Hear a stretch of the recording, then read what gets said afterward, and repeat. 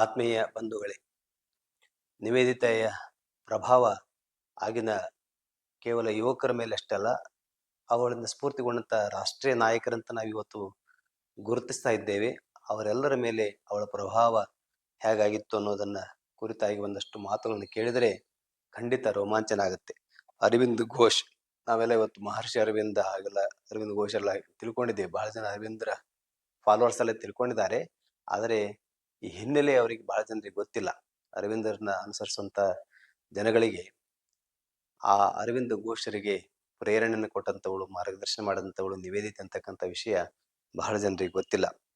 ರಾಷ್ಟ್ರ ಜಾಗೃತಿ ಉದ್ದೇಶದಿಂದ ಉಪನ್ಯಾಸ ನೀಡಲು ನಿವೇದಿತಾ ಬರೋಡಕ್ಕೆ ಹೋಗಿದ್ದಾಗ ಅಲ್ಲಿನ ವಿಶ್ವವಿದ್ಯಾಲಯದಲ್ಲಿ ಪ್ರಾಧ್ಯಾಪಕರಾಗಿದ್ದ ಅರವಿಂದ ಘೋಷರ ಪರಿಚಯ ಅವಳಿಗೆ ಆಗ್ತದೆ. ಈ ಭೇಟಿ ಮುಂದೆ ಅನೇಕ ರಾಜಕೀಯ ಚಟುವಟಿಕೆಗಳಲ್ಲಿ ಅವರಿಬ್ಬರು ಸಹಭಾಗಿಗಳಾಗಲು ಕಾರಣವಾಯಿತು. ನಿವೇದಿತಾಳನ್ನ ಪ್ರಥಮ ಬಾರಿ ಸಂದರ್ಶಿಸಿದ ಕುರಿತಾಗಿ ಅರವಿಂದ ಘೋಷರು ಬರೀತಾರೆ. ರೈಲು ನಿಲ್ದಾಣದಿಂದ ನಗರಕ್ಕೆ ಬರುವ ದಾರಿಯಲ್ಲಿ ಕಾಲೇಜು ಕಟ್ಟಡವೊಂದನ್ನು ನೋಡಿ ಅದು ಸೌಂದರ್ಯಹೀನವಾಗಿದೆ ಎಂದು ನಿಂದಿಸಿದಳು. ಅದರ ಪಕ್ಕದಲ್ಲಿನ ಪುರಾತನ ಧರ್ಮಶಾಲೆಯೊಂದನ್ನು ಪ್ರಶಂಸಿಸಿದಳು. ಆಕೆಯ ಖಾಲಿದಿ ಮದರ್ ಪುಸ್ತಕ ನನ್ನ ಮೇಲೆ ತುಂಬಾ ಪ್ರಭಾವವನ್ನು ಬೀರಿತ್ತು ಅಂತ ಸ್ವತಃ ಅರವಿಂದರು ಬರೀತಾರೆ. ಅವರು ಬರೋಡದಿಂದ ಕಲ್ಕತ್ತಕ್ಕೆ ಬಂದ್ಮೇಲೆ ಅಲ್ಲಿ ಹಲವಾರು ಕ್ರಾಂತಿಕಾರಿ ಸಂಘಟನೆಗಳಿದ್ದು, ಆವಾಗಿನ ಕಾಲದಲ್ಲಿ ಈ ಕ್ರಾಂತಿಕಾರಿಗಳ ಸಂಘಟನೆ ಹೆಸರು ಅನುಶೀಲನ ಸಮಿತಿ ಅಂತ ಒಂದಿತ್ತು. ಬಹಳ ದೊಡ್ಡ ಕ್ರಾಂತಿಕಾರಿಗಳಿಂದ ಕೂಡಿರ್ತಕ್ಕಂಥ ಸಮಿತಿ ಅದು. ಅಲ್ಲಿ ಸಶಸ್ತ್ರ ಹೋರಾಟಕ್ಕಾಗಿ ಅವರು ಸಿದ್ಧತೆಯನ್ನು ಮಾಡ್ತಾ ಇರ್ತಾರೆ. 1908ರಲ್ಲಿ ಅಲಿಪುರ್ ಬಾಂಬ್ ಸ್ಫೋಟಕ್ಕೆ ಸಂಬಂಧಿಸಿದಂತೆ ಬಾಂಬ್ ಸ್ಫೋಟ ಮಾಡ್ತಾರೆ, ಬ್ರಿಟಿಷ್ ಅಧಿಕಾರಿನ ಕೊಲ್ತಾರೆ. ಅವಾಗ ಅದರಲ್ಲಿ ಸಂಬಂಧಿಸಿದಂತೆ ಅರವಿಂದ್ ಘೋಷರನ್ನ 1 ವರ್ಷ ಕಾಲ ಸೆರೆಮನೆಗೆ ಸೇರಿಸಿರ್ತಾರೆ. ಅವ್ರು ಬಿಡುಗಡೆ ಆದ್ಮೇಲೆ 1 ವರ್ಷದ ನಂತರ ಚಳುವಳಿ ಸ್ಫೂರ್ತಿ ಕಡಿಮೆ ಆಗಿತ್ತು. ಚಳುವಳಿಯನ್ನು ಮತ್ತೆ ತೀವ್ರಗೊಳಿಸಬೇಕು ಅಂತೇಳಿ ಅವರು ಇಂಗ್ಲಿಷ್ನಲ್ಲಿ 2 ಪತ್ರಿಕೆಗಳನ್ನ ಹೊರಡಿಸ್ತಾ, ಸಾಪ್ತಾಹಿಕಗಳನ್ನ, ಒಂದು ಕರ್ಮಯೋಗಿನ್ ಮತ್ತು ಬಂಗಾಳಿಯಲ್ಲಿ ಧರ್ಮ ಎಂಬ ಪತ್ರಿಕೆಯನ್ನು ಹೊರಡಿಸ್ತಾರೆ. ಅವರು ಬರೆದಂತ ಆರ್ಟಿಕಲ್ಗಳಿಂದ ಮತ್ತೆ ಅದೆಲ್ಲ ಸಮಾಜದಲ್ಲಿ ಆಗ್ತಾ ಇದ್ದಂಥ ಪ್ರಭಾವವನ್ನು ಗಮನಿಸಿದಂಥ ಸರ್ಕಾರ ಅವರನ್ನ ಗಡೀಪಾರು ಮಾಡಬೇಕು ಅಂತ ಹೇಳಿ ನಿರ್ಧಾರ ಮಾಡುತ್ತದೆ. ಆವಾಗ ನಿವೇದಿತೆ ಅರವಿಂದ್ ಘೋಷರಿಗೆ ಒಂದು ಸಲಹೆಯನ್ನು ಕೊಡ್ತಾಳೆ. ಏನಂತಂದ್ರೆ, ನೀವು ಫ್ರೆಂಚರ ಆಡಳಿತ ಇರ್ತಕ್ಕಂಥ ಇವತ್ತಿನ ಪಾಂಡಿಚೇರಿ ಅಂತ ಕರಿತಾ ಇದ್ದೀವಿ, ಎಲ್ಲಿ ಹೋಗಿ ಅರವಿಂದರು ಇವತ್ತು ಮಹಾಯೋಗಿ ಆದರು, ಅಲ್ಲಿ ಹೋಗೋದಕ್ಕೆ ಸೂಚನೆ ಕೊಟ್ಟಂತವಳು ನಿವೇದಿತೆ.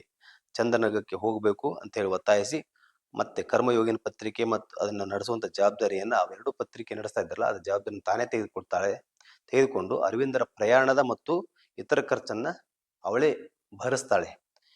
ಬಹಳ ಕಷ್ಟದಿಂದ ನಿವೇದಿತಾ ಕರ್ಮಯೋಗಿನ ಪತ್ರಿಕೆಯನ್ನ ನಡೆಸೋಕೆ ಪ್ರಾರಂಭ ಮಾಡ್ತಾಳೆ. ಅವರು ಅಲ್ಲಿ ಹೋಗಿ, ನಮಗೆಲ್ಲ ಗೊತ್ತಿದೆ ಮುಂದಿನ ಇತಿಹಾಸ, ಅವರು ಕ್ರಾಂತಿಕಾರಿ ಅರವಿಂದ್ ಘೋಷರಾದಂಥವರು ಯೋಗಿ ಅರವಿಂದರಾಗ್ತಾರೆ. ಇದೆಲ್ಲ ನಿವೇದಿತೆಯ ಪ್ರಭಾವದಿಂದ ಆಗಂತದ್ದು. ಆಮೇಲೆ ಬಿಪಿನ್ ಚಂದ್ರ ಪಾಲ್, ಇವರಿಗೆ ನಿವೇದಿತೆ ಪ್ರೇರಣೆ. ಗೋಪಾಲಕೃಷ್ಣ ಗೋಖಲೆ ಅವರಿಗೂ ಕೂಡ ಅವಳ ಜೊತೆಗೆ ಅವ್ರ ಮಂದಗಾಮಿಗಳಾದರೂ ಕೂಡ ನಿವೇದಿತೆ ಅವರ ಒಂದು ಹೋರಾಟಕ್ಕೂ ಕೂಡ ಬೆಂಬಲವನ್ನು ಕೊಡ್ತಾಳೆ. ಮತ್ತೆ ವಿವೇಕಾನಂದರ ತಮ್ಮ ಭೂಪೇಂದ್ರನಾಥ್ ದತ್, ಅವನು ಕ್ರಾಂತಿಕಾರಿ, ಅವನಿಗೂ ಕೂಡ ನಿವೇದಿತೆ ಮಾರ್ಗದರ್ಶನ ಮಾಡ್ತಾಳೆ.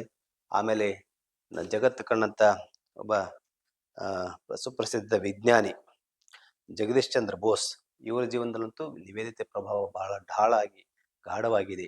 ಅವರಿಗೆ ಪ್ರತಿಯೊಂದು ಹಂತದಲ್ಲೂ ಹಣಕಾಸಿನ ಸಹಾಯ ನೀಡಿಕೊಂಡು ಪ್ರತಿಯೊಂದನ್ನು ಮಾಡಿದಂಥವಳು ನಿವೇದಿತೆ ಅಂತಕ್ಕಂಥ ವಿಚಾರಗಳನ್ನ, ಅದಕ್ಕೆ ಸಂಬಂಧಪಟ್ಟಂತ ಘಟನೆಗಳು ತುಂಬಾ ಇದೆ. ಅದನ್ನೆಲ್ಲ ನಾವು ಪ್ರತ್ಯೇಕವಾಗಿ ನೋಡಬೇಕಾಗ್ತದೆ.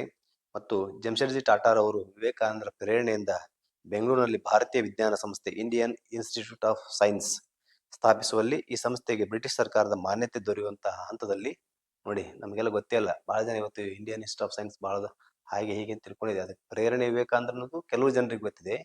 ಆ ಮಾಡಬೇಕಾದ ಹಂತದಲ್ಲಿ ಬ್ರಿಟಿಷರಿಂದ ಪರ್ಮಿಷನ್ ಬೇಕಾದಂತ ಹಂತದಲ್ಲಿ ನಿವೇದಿತೆ ಅದರಲ್ಲಿ ಸಹಾಯವನ್ನು ಮಾಡ್ತಾಳೆ ಅನ್ನುವಂಥದ್ದು ವಿಚಾರ ಬಹಳ ಜನರಿಗೆ ನಮ್ಗೆ ಗೊತ್ತಿಲ್ಲ.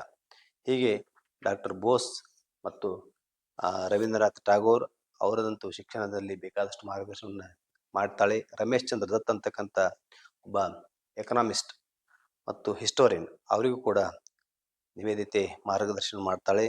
ರಮಾನಂದ ಚಟ್ಟೋಪಾಧ್ಯಾಯ, ಹಾಗೆ ತುಂಬಾ ಜನ ಅವತ್ತಿನ ಯುವ ಕ್ರಾಂತಿಕಾರಿಗಳು, ಅವರೆಲ್ಲ, ಜೊತೆಗೆ ಮಹಾನ್ ಕಲಾವಿದ ಅಂತ ಅವನೀಂದ್ರನಾಥ ಠಾಕೂರ್, ಇವರಿಗೂ ಕೂಡ ನಿವೇದಿತೆ ಅತ್ಯಂತ ಪ್ರೇರಣೆ ಸಹಾಯವನ್ನು ಮಾಡಿ, ಅಂದ್ರೆ ಅವಳ ಉದ್ದೇಶ ದೇಶ ಎಲ್ಲ ಹಂತದಲ್ಲೂ ಕಲೆ, ಸಾಹಿತ್ಯ, ವಿಜ್ಞಾನ ಎಲ್ಲದರಲ್ಲೂ ಭಾರತೀಯ ಹುದುಗಿರ್ತಕ್ಕಂಥ ಇದು ಜಗತ್ತಿಗೆ ಗೊತ್ತಾಗಬೇಕು, ಭಾರತೀಯ ಸಮಾಜ ಮೇಲೆದ್ದು ಬರಬೇಕಂತಕ್ಕಂಥದ್ದೇ ಅವಳ ಉದ್ದೇಶ ಆಗಿತ್ತು.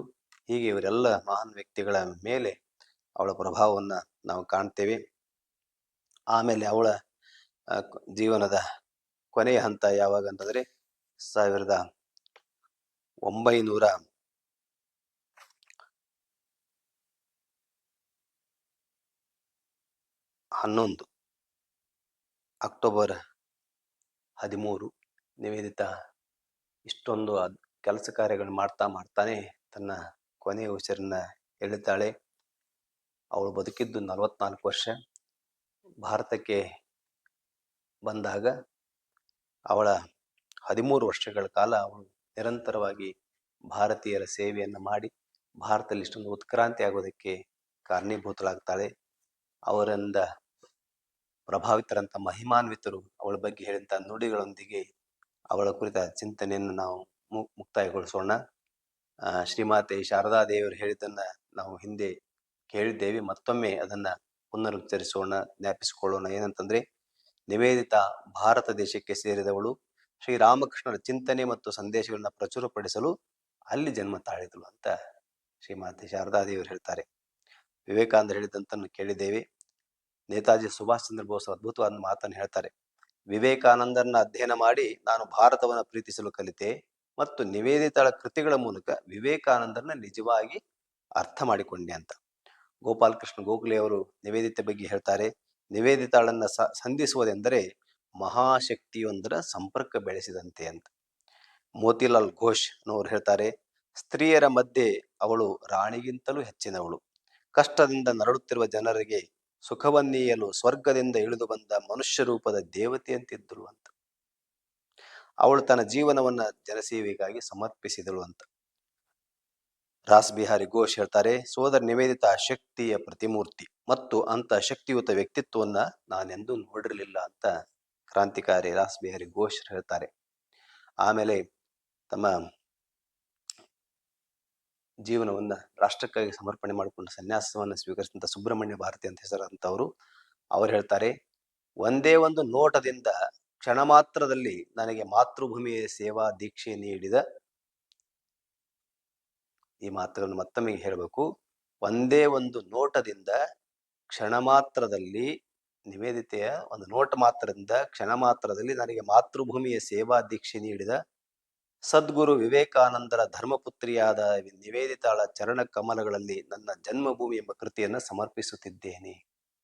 ಶ್ರೀಕೃಷ್ಣನು ಅರ್ಜುನನಿಗೆ ತನ್ನ ವಿಶ್ವರೂಪ ದರ್ಶನ ಮಾಡಿಸಿ ಅವನು ಕರ್ತವ್ಯ ಸುಮುಖನಾಗುವಂತೆ ಮಾಡಿದಂತೆಯೇ ನನಗೆ ಗುರುಸ್ಥಾನದಲ್ಲಿ ನಿಂತು ನಿವೇದಿತಾ ನನ್ನಲ್ಲಿ ನೈಜವಾದ ರಾಷ್ಟ್ರಭಕ್ತಿ ಕಿಚ್ಚು ಜಾಗೃತವಾಗುವಂತೆ ಮಾಡಿದವು ಅಂತ ಸುಬ್ರಹ್ಮಣ್ಯ ಭಾರತಿಗಳು ಬರೀತಾರೆ. ರವೀಂದ್ರನಾಥ್ ಠಾಗೋರ್ ಅವರು ಹೇಳ್ತಾರೆ, ಭಾರತದ ಸೇವೆಗಾಗಿ ಆಕೆ ತನ್ನನ್ನು ತಾನು ಸಂಪೂರ್ಣವಾಗಿ ಕೊಟ್ಟುಕೊಂಡಳು, ತನಗಾಗಿ ಯಾವುದನ್ನು ಹಿಂದಕ್ಕಿಟ್ಟುಕೊಳ್ಳಲಿಲ್ಲ. ಗಿರಿಜಾಶಂಕರ್ ರಾಯ್ ಚೌಧರಿ ಅನ್ನೋರು ಬರೀತಾರೆ, ಭಾರತಕ್ಕೆ ಪ್ರಾಚೀನ ಸಂಸ್ಕೃತಿಯನ್ನ ಪುನರುಜ್ಜೀವನಗೊಳಿಸುವ ಪ್ರೇರಣೆ ನಿವೇದಿತಾಳದ್ದು. ತನ್ನದೇ ಆದ ವಿಶಿಷ್ಟ ರೀತಿಯಲ್ಲಿ ಯುವಕರಲ್ಲಿ ರಾಷ್ಟ್ರೀಯತೆಯ ಜೊತೆಗೆ ವಿದ್ಯುತ್ ಪ್ರವಾಹಂತೆ ಕ್ರಾಂತಿಕಾರಿ ರಾಜಕೀಯ ಪ್ರಚಾರ ಮಾಡಿದ್ದಳು ಅಂತ. ಹೀಗೆ ಅದ್ಭುತವಂತ, ನಾವು ಮಹಿಮಾನ್ವಿತರಂತೆ ಯಾರನ್ನು ದೊಡ್ಡ ಕರಿತಾ ಇದ್ದೇವೆ, ಅವರೆಲ್ಲ ಇಷ್ಟೊಂದು ಅವರನ್ನ ಆ ನಿವೇದಿತನ ಕೊಂಡಾಡಿದ್ದಾರೆ ಅಂತಂದ್ರೆ ಅವಳ ಮಹಿಮೆ ಅಪಾರ. ಅವಳ ಜೀವನದ ಅಧ್ಯಯನವು ನಮ್ಮೆಲ್ಲರಿಂದ ನಡಿಬೇಕು. ಮತ್ತೆ ಅದರಿಂದ ನಾವು ಪ್ರೇರಣೆಯನ್ನ ಪಡ್ಕೊಂಡು ಇಂದಿನ ನಮ್ಮ ಜೀವನ, ಸಾಮಾಜಿಕ ಜೀವನ, ರಾಷ್ಟ್ರೀಯ ಜೀವನವನ್ನು ರೂಪಿಸಿಕೊಳ್ಳೋದಕ್ಕೆ ಅದೆಲ್ಲ ಸಹಾಯವಾಗುತ್ತದೆ.